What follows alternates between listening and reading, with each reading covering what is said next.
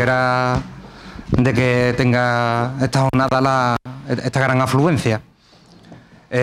Como sabéis todos, los inscritos, pues esta jornada, ante la gran incertidumbre que hay pues con la reforma laboral en el ámbito, bueno, en todo el ámbito, pero sobre todo en el agrario, pues hemos querido organizar esta jornada. Entonces voy a empezar, pues, bueno, la jornada se llaman Cuestiones prácticas en el ámbito laboral del sector agrario. Con la entrada en vigor de determinadas normas, tanto europeas como nacionales, pues crean, la verdad, que diferentes dudas como las que nos traen hoy aquí. Entonces, pues, desde Millennium y Associate, pues, entendimos que hacía falta, pues, crear esta jornada para así un poco intentar ayudar al sector. Una de las necesidades detectadas surge con los cambios en la modalidad de contratación que trae consigo la reforma laboral. Es por ello que nos ponemos a trabajar conjuntamente, como he dicho, con Associate para organizar esta jornada. Y por último intervendrá Antonio Almagro Navarro, que es subinspector laboral de Empleo y Seguridad Social en servicio en activo desde hace 20 años, habiendo estado destinado en el equipo de extranjería y sobre todo los equipos de grandes empresas de la Unidad de Seguridad Social de la Oficina Nacional de la Lucha contra el Fraude, coautor del programa informativo para la Inspección de Trabajo de la Seguridad Social y ha participado en ponencias por todo el territorio nacional para su impartición. Como veis, pues, nos hemos traído pues, lo mejor de lo mejor, por lo menos, de la provincia de Córdoba. Bueno, buenas tardes. En primer lugar, agradecer a Sociedad Fruit, a Millennium, la posibilidad de colaborar en esta jornada. La verdad que estoy encantado. Contar conmigo cada vez que me necesitáis, porque además en este tipo de cosas el primero que está aprendiendo un montón de cuestiones sobre la reforma laboral soy yo. Porque claro, con las dos intervenciones, tanto de Octavio como de Antonio, me dejan el listón bastante alto a ver cómo remonto yo vuelo hoy aquí. Pero bueno, simplemente me gustaría contaros un poco el modus operandi, la forma de actuar de parte, bueno, de lo que es la inspección de trabajo, ¿no? Me gustaría explicaros básicamente las cuestiones esenciales de cómo vamos actuando, y siempre me gusta explicar con ejemplos. Yo entiendo que la mejor manera de entender las cosas es pues eso, poniendo ejemplos y explicando un poco cómo han ido pasando este tipo de cuestiones. Pues nada, una actuación normal de la inspección de trabajo. En primer lugar, vamos a analizar lo que sería el encuadramiento de los trabajadores por cuenta ajena. Una primera actuación que podríamos llamar normal o un poco más sencilla, cuando nosotros vamos al campo y normalmente, bueno, nos encontramos trabajadores nacionales o comunitarios que no plantean la dificultad que podremos tener con los trabajadores extranjeros extracomunitarios. En un primer momento, cuando nosotros vamos al campo y estamos comprobando la situación del personal que hay allí, pues el primer punto que he puesto en la exposición es el artículo 1.1 del Estatuto. O sea, tenemos que ver si realmente estamos en presencia de trabajadores por cuenta ajena. Eso es lo que estoy diciendo, ahora mismo parecerá de perogrullo, pero en realidad nosotros vamos, ahora la campaña de la aceituna, la gente está allí cogiendo aceituna, y hablas con el manijero, el que está organizando allí un poco la cuadrilla, les dejas una citación de comparecencia, y lo que te puede pasar es que cuando comparezcas en el despacho, pues te lleguen y te digan, no, mire usted, yo no sé quién eran esa gente que estaban allí, me estaban robando aceitunas.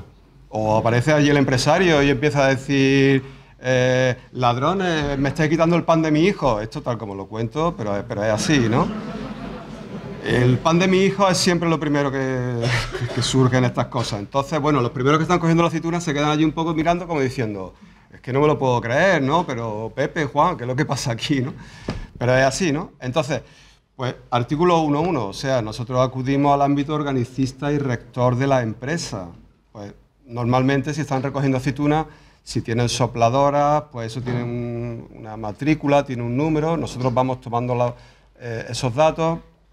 Si hay un tractor, si hay un remolque, si se están llevando aceituna a la cooperativa, pues vamos siguiendo un poco antes de imputar ese tipo de cuestiones. O claro, oye, si me dicen me están robando, cosa que sucede en el campo hoy en día, por desgracia, muchísimo.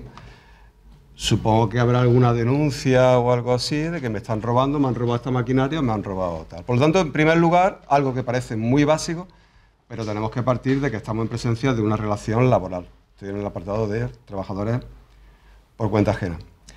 Otra cuestión importante que bueno, voy a tratar algunos puntos un poco candentes para nosotros, ¿no? de nuestra actualidad, de la vuestra también. El artículo 254 del texto refundido de la Ley General de Seguridad Social, o sea, o cuándo se tiene que dar de alta a un trabajador en el campo. Vosotros diréis, hasta las 12, ¿no? Hasta las 12, bueno. En principio, esto es una resolución que andaba por ahí, algún asesor la tenía, ya se puso en el texto refundido, cosa que nosotros agradecemos mucho, ¿no? Que haya seguridad jurídica, por supuesto. Un día estoy en el campo, estoy en Santaella, por esa zona, y había una cuadrilla allí de unas 15 personas recogiendo, creo que eran ajos, no sé exactamente, ¿no? Estoy hablando con el manijero, estamos tomando los datos de todos los trabajadores, y cuando me dice el manijero, mira, que es de la asesoría que quieren hablar contigo. No sé si será alguno de los que está aquí, pero bueno. Me dice que quiero hablar contigo, me pongo al teléfono. Sí, mira, que soy de la asesoría, que los 15 que están aquí los tengo que dar de alta. 12 menos 5. 12 menos 5. Digo, pues tienen 5 minutos. Pero oiga, digo, usted, yo que no le puedo hacer otra cosa. Yo ya le había tomado los datos a todos y tal. Bueno, pues nada, a la comparecencia a la semana o las 2 semanas, yo ya había mirado en tesorería, a nosotros se queda reflejada la hora en la que se practica el alta, y entonces, pues efectivamente, 11:55, 11:56, 11:57, pero un montón. O sea, yo digo, esto le va a caer un montón, no sé cómo lo había hecho. El caso 12 y 20 segundos, y ahí ante la duda digo, bueno, pero ya 12 y 1 minuto, 12 y 2 minutos, y ya después 12 y 7 minutos. O sea, lo que quiero decir, ya hubo como 3 faltas de alta que ya se salieron de la hora, y efectivamente esas son las que se sancionaron. Por supuesto, cuando vino la asesoría, yo pensaba que el alta le había dado solamente una persona, le di la enhorabuena, le dije que podía presentarse al libro récord de los Guinness, porque yo no había visto una cosa igual. ¿Cómo pudieron dar de alta a 3 trabajadores en menos de 1 minuto? Y ya el de la asesoría me confesó que todo el mundo que estaba en la asesoría se puso a dar de alta allí en plan tal, y bueno, seguí teniéndole muchísimo aprecio por ese trabajo tan rápido y tan tal, pero bueno, efectivamente en las que ya se pasaron de las 12, pues ya no hubo más remedio que sancionarla. Con posterioridad a esta actuación, y es lo que yo quería tratar con vosotros, nos llegó un correo de la inspección diciendo, oye, el artículo 254 tendrías que leértelo bien. Tendrías que leértelo bien. Entonces, ¿qué dice el 254? Dice, las solicitudes de alta podrán presentarse hasta las 12 horas de dicho día, que es lo que hemos hablado, cuando no haya sido posible formalizarlas con anterioridad al inicio de dicha jornada. Ojo, ¿conocíais esta coletilla? ¿Os suena? O sea, ¿qué significa? Que usted como empresa tendrá que demostrarme por qué no ha sido posible formalizarlas con anterioridad a dicha jornada. O sea, que en realidad, cuando yo visité el campo, ese día de los 15 que estaban allí, ¿por qué no lo pudo usted dar de alta antes? Me lo tendría que explicar. Tal vez si yo no me hubiera presentado, si la inspección no se hubiera presentado, ¿se hubieran quedado sin dar de alta? Tiene la pinta que sí, no nos engañemos. Tiene la pinta que sí. Por lo tanto, es una patata caliente que yo suelto ahí. Si no se da de alta con carácter previo, tendréis que demostrar. La carga de la prueba en este caso lo tiene la empresa. ¿De acuerdo? Otra cuestión. Artículo 30 del Estatuto, o la imposibilidad de la prestación. Otra cuestión que también a veces te la encuentras. Yo voy diciendo cosas, os voy marcando un poco el criterio nuestro, pero bueno, patatas calientes que voy soltando para que veamos a ver qué podemos hacer. ¿Qué es la imposibilidad de la prestación? Pues el Estatuto nos dice que cuando el empresario se retrasare en darle trabajo a un trabajador por causa imputable a ese empresario, pues tiene derecho a que se elabore la retribución. En ejemplo, pues yo voy al campo y me encuentro una persona que está allí, bueno, hay gente recogiendo la aceituna, y me encuentro una persona que está allí fumándose un cigarro. Y le pregunto, y me dice, no, yo es que esta mañana cuando he llegado he ido a coger la sopladora y está rota. Y entonces el empresario, el manijero, quien sea, se la ha llevado a repararla, pero está allí a disposición de la empresa. Y por lo tanto tiene derecho a esa retribución. ¿De acuerdo? Tendría que estar ya dado de alta por el hecho en sí. ¿Entendéis, no? ¿Entendéis lo que me refiero, no?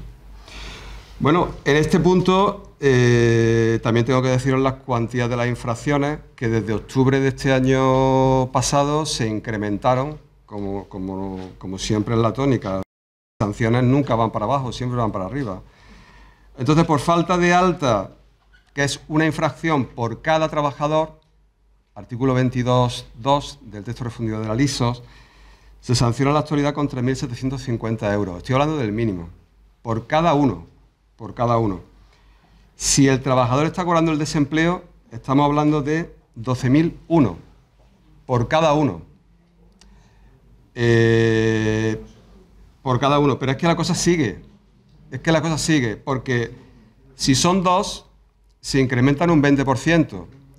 Si son 3, un 30%, 4, 40%, 5, 50% de cada una de estas infracciones, de cada una de estas sanciones que estoy diciendo.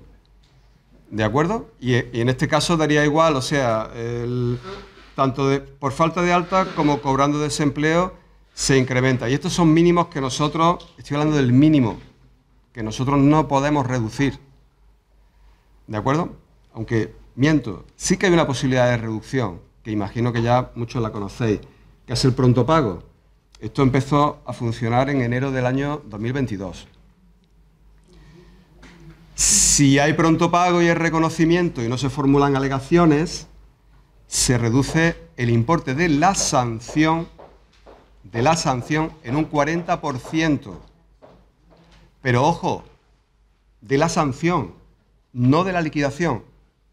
Si hay una liquidación, esto no es negociable o no es reducible. La liquidación, lo que se ha dejado de cotizar, eso no se puede reducir. Pero la sanción sí. Si hay pronto pago, si no se formulan alegaciones, si se está de acuerdo con este pago. Y bueno, hay distintas reglas, ¿no? Si el acta de infracción es concurrente con el acta de liquidación, la reducción es de un 50%, pero siempre que la liquidación alcance el importe de la sanción. Si hay varios sujetos responsables, en fin, tampoco no quiero aburriros con demasiadas cuestiones de estas, que imagino que para vosotros lo más importante va a ser en el turno de preguntas, que bueno, supongo que tendréis dudas que nos querréis transmitir. Perdonadme, pero es que tengo la garganta que me da lo justo. Si seguimos en el campo y nos seguimos encontrando a más gente sin dar de alta, entonces podría ser constitutivo de delito. Aquí lo tenéis en el cuadrante este, artículo 311 del Código Penal. Hablamos si figuran sin dar de alta o trabajadores extranjeros sin autorización de trabajo de un 25% si ocupan a 100, de un 50% de 10 a 100, o de todos si va de más de 5 y no más de 10. En estos casos, nosotros como inspección tenemos la obligación de hacer el acta de infracción y esto se remite al Ministerio Fiscal. Estas cosas pasan, ¿eh? Estas cosas pasan y pasan muy cerca de aquí y, bueno, y por todo el campo de vez en cuando nos encontramos con este tipo de actuaciones. Vamos a pasar a una actuación un poquito más compleja y es para el caso normalmente de trabajadores extranjeros extracomunitarios.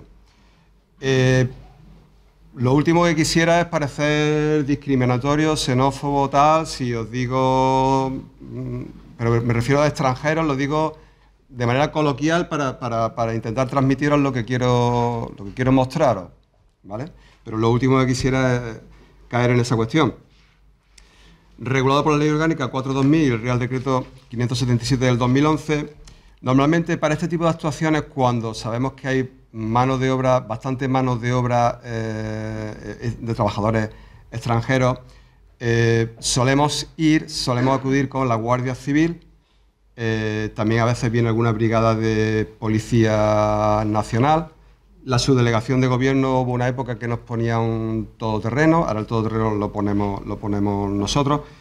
Y bueno, a veces las actuaciones son de verdad, son como estas series que ven en televisión policíacas. Yo de verdad, a mí me han pasado cosas, yo estaba viendo, vamos, esto no sé por qué os cuento esto, pero yo estaba en casa viendo una película de policía y le he dicho a mi mujer, ¿tú ves eso de ahí? Pues ahora voy yo a una cuestión de esta. Esto como es mi sargento, el café está muy malo. Pues estas cosas, de verdad, estas cosas a mí me han pasado.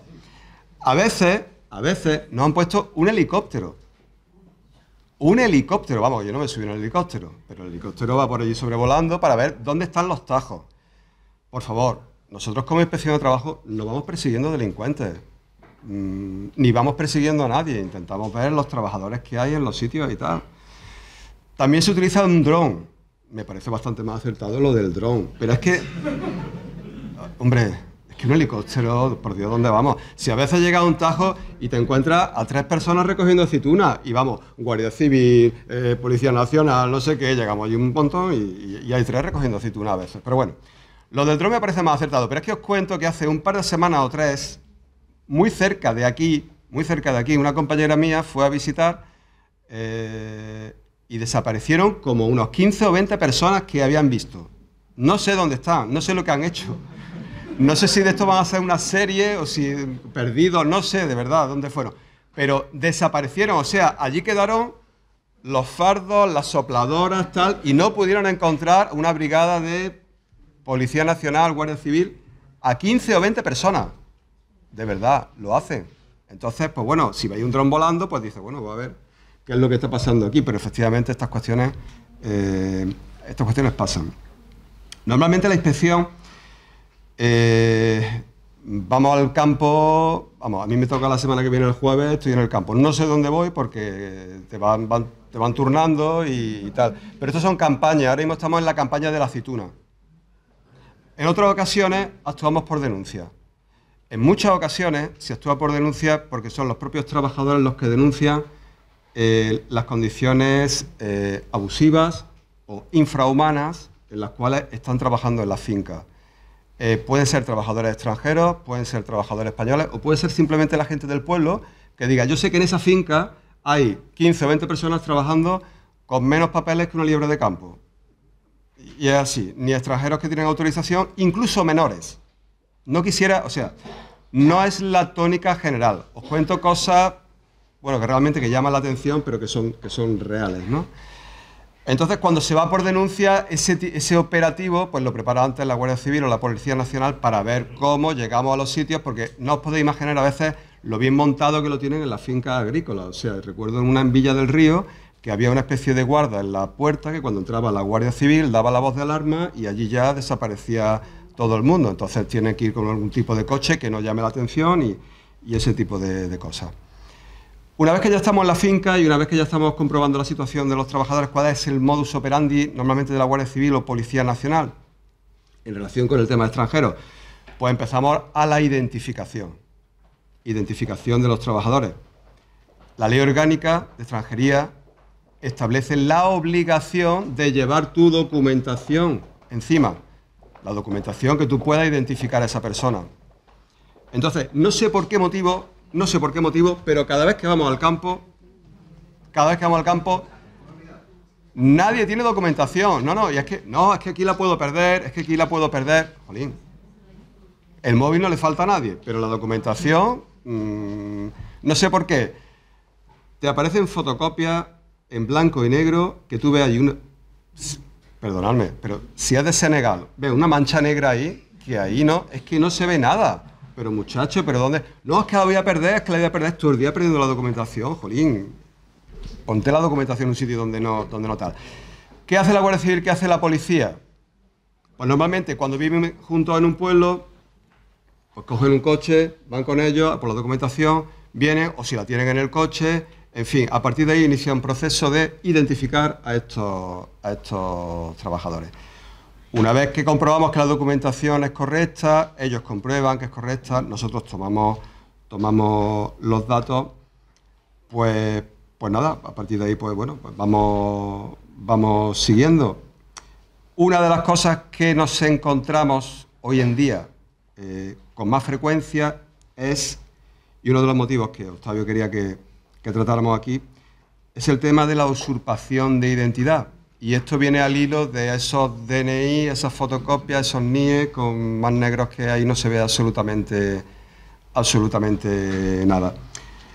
Usurpación de identidad, estamos hablando de un delito. Cuando la Guardia Civil o la policía comprueba que esos trabajadores extranjeros no son los que aportan con esa documentación o el nombre que te han dado no son, a partir de ahí ya se los tienen que llevar para identificarlos correctamente en sus bases de datos. Una vez que lo identifican, ya nos dan a nosotros las diligencias y a partir de ahí ya probablemente no tienen autorización de trabajo ni de residencia. Os voy a contar un par de casos de cosas que a mí me han pasado o a algún compañero. Estando en Barcelona, había una unidad un equipo de trabajo de extranjeros. Pues entonces normalmente la Policía Nacional va comprobando dónde viven, dónde residen, dónde trabajan, va echando un tag. Entonces había una empresa en la que al día aparecían como unas 40 o 50 personas y además en varios turnos que acudían a esa empresa. La empresa se dedicaba a hacer paquetes de estos que si compras un desodorante te dan una pasta de dentrífico para poner eso junto, de packing o algo así se llama, ¿no? Entonces nosotros llegamos, la empresa usuaria, la beneficiaria de la prestación del servicio, había contratado con una empresa de trabajo temporal de Barcelona, a nivel nacional, pues que le mandara al día pues unas 40 o 50 personas para hacer este tipo de actividad. Cuando nosotros llegamos allí y estuvimos tomando los datos, todo el mundo te daba un nombre, te daba un tal, nadie llevaba la documentación, te daba un nombre, hasta que un policía dijo, señores, que todos estos que están aquí, ninguno son los que dicen ser. No hay ninguno, no tienen documentación, pero no son ninguno. Entonces empezaron el proceso de identificación, se los tuvieron que llevar a todos y tal, ¿de acuerdo? A la semana o a las 2 semanas viene la empresa usuaria y la ETT. ¿Qué nos dice la empresa usuaria? Le dice, mire usted, yo he contratado con una ETT que me mande 40 personas. 40 personas. Si a mí la ETT me ha mandado estas personas, cuando yo le he dicho, yo he dado de alta a gente con la autorización correcta. O sea, tú para darte de alta en la ETT te presentas un NIE correcto, con autorización de trabajo, residencia, y tú lo das de alta. Y ahora la ETT pretende mandar a esa persona, pero luego se presenta otra. Imagino que entre ellos pues hacen su acuerdo y tal, ¿no? Luego se presenta otra. La empresa usuaria, la beneficiaria del servicio, yo he contratado con esto, yo le he dicho que me mandaran a esto, yo que sé a quién me han mandado, porque además nunca venían con la documentación y tal. La ETT, ¿qué nos dice a nosotros la ETT? Mire usted, tenemos millones de personas trabajando por toda España. Es imposible que yo pueda controlar que esa persona que doy de alta se presenta en su puesto de trabajo. Imposible. ¿Qué pensáis? O luego lo hablamos, si queréis. En este caso nosotros sancionamos a la empresa usuaria.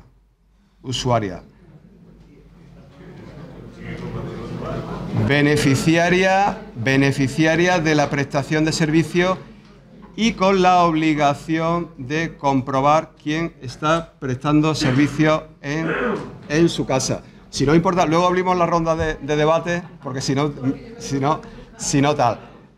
Os doy mi opinión y la opinión un poco de la actuación de la inspección. Y os pongo un poco sobre aviso de estas cuestiones y cómo podemos solucionar eso.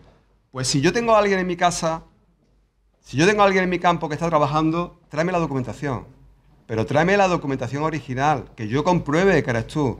Porque me puedo equivocar, pero si me estás todo el día con una fotocopia más negra que el tizón, pues algo estoy sospechando de que algo no va bien.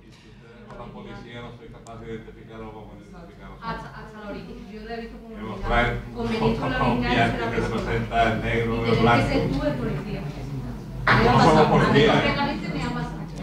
Yo sé que no sois policías ni sois de la brigada de extranjería, pero en principio nosotros la actuación que hacemos en estos casos, en ese momento fue así y nos la confirmaron. Como prudencia yo os pediría que les fuerais pidiendo, no sé de qué manera podéis acreditar, pero es que supongo que serán casos bastante, no será la generalidad, no será la generalidad. Os pongo otro supuesto. Os pongo... Trabajadores españoles es una especie de extinción. Los que vienen son Bueno. caros y cada vez vienen más problemas. Bueno, no quisiera entrar en la mesa, luego entramos a la mesa de debate, pero sí que os voy a contar un pequeño detalle. Cuando tú estás en una visita de inspección y le preguntas a alguien el DNI, ¿tú me podrías decir ahora mismo tu DNI? No te lo estoy pidiendo. ¿Me lo podrías decir? No, el tuyo. Tu fecha de nacimiento, el nombre de tu padre, el nombre de tu madre, sin ningún tipo de problema, ¿verdad? Cuando yo le empiezo a preguntar a una persona española, no hace falta que sea extranjero, le empiezo a preguntar por sus datos y empieza a dudar, o mira el móvil para decírmelo, o me voy y le pregunto a otra y luego vuelvo y le digo, oye, ¿qué fecha de nacimiento me habías dicho? Porque nosotros lo vamos apuntando todo. Y estamos dudando, ¿sabéis lo que es eso? Igual de usurpación de identidad que la del trabajador extranjero. ¿Por qué? Porque me están dando el DNI de una persona que figura dada de alta en la empresa y a lo mejor esa persona está cobrando el desempleo. Pero bueno, sin entrar en ese inciso, voy a seguir con el extranjero. Sí, efectivamente, pero la usurpación de identidad lo que quiero decir es que también se produce para evitar que te corte la prestación por desempleo, por decir algo, ¿no? Otro supuesto también en el trabajo de extranjería. El tema de las subcontratas, que también ha pasado por aquí, por la zona. Tú haces una contrata con una empresa, ya sea una empresa agrícola, para que te recoja el fruto. Tú necesitas que te recoja la naranja, la aceituna, lo que sea. Tú has encontrado una empresa que te ha salido baratísima, me recoge el fruto, qué chollo, baratísima. Pero resulta que la empresa, los trabajadores que trae, pues tienen menos papeles que una libre de campo, lo que decimos siempre, ¿no? Bueno, pues nosotros llegamos a la empresa y comprobamos que el contratista que está recogiendo el fruto tiene, por decir algo, a 15 trabajadores extranjeros sin autorización de trabajo. ¿Quién es el empresario? El empresario en este caso es el contratista. Por lo tanto, el dueño de la finca dice, oye, que yo no soy responsable de la infracción. Hasta ahí estamos de acuerdo, ¿verdad? El empresario, la multa sería para el contratista, pero ojo, artículo 55.7 de la Ley Orgánica de Extranjería, que dice, si el sancionado por una infracción de esta fuera subcontratista de otra empresa, el contratista principal y los subcontratistas intermedios que conocieran que la empresa sancionada empleaba extranjeros sin contar con la correspondiente autorización, responderán solidariamente de las sanciones. Pero fijaros la coletilla, que conocieran. Vamos a ver, si tú eres empresario y has contratado con una contrata para que te recoja el fruto y yo voy y le pregunto, ¿usted sabía que aquí estos trabajadores figuraban sin dar de alta, los de la contratista? Hombre, si te dice que sí, es que apaga y vámonos, que dice, no, por favor, hombre, no me haga usted esto, niéguese usted, rechace usted esto, ¿vale? Pero luego seguimos, dice, el contratista o subcontratista intermedios no podrán ser considerados responsables si hubieran respetado la diligencia debida definida en el cumplimiento de sus obligaciones contractuales. Artículo 55.7 de la Ley Orgánica. O sea, si hubiera cumplido con la diligencia debida. ¿Y qué es esa diligencia debida? Entronca esto con otro artículo del texto refundido de la Ley General de Seguridad Social, que es el artículo 16.6. El artículo 16.6 viene a decir que si tú tienes una contrata de tu propia actividad, por ejemplo, en este caso agrícola, o bien que se desarrolle en tu centro de trabajo de manera habitual, como podría ser, por ejemplo, un servicio de limpieza, un servicio de seguridad, tú como empresario tienes la obligación de comprobar que los trabajadores que están allí figuran dados de alta. Y además lo tienes que hacer durante todo el tiempo de vigencia de la contrata. Vosotros sabéis que para entrar en una obra donde hay promotor, contratista, tal, muchos tienen como una tarjetita o un torno o algo, porque allí no entra nadie en la obra que figure sin dar de alta. Eso lo sabéis. Pues para este caso del campo se está estableciendo la misma obligación. Lo que quiero decir con esto es que el empresario que hace una contrata que te ha salido muy barata, que es el chollo de tu vida, cuidado porque ahí queda ese artículo, ¿eh? Tiene y probablemente al final el beneficiario de la prestación económica es el dueño de la casa, como se diría.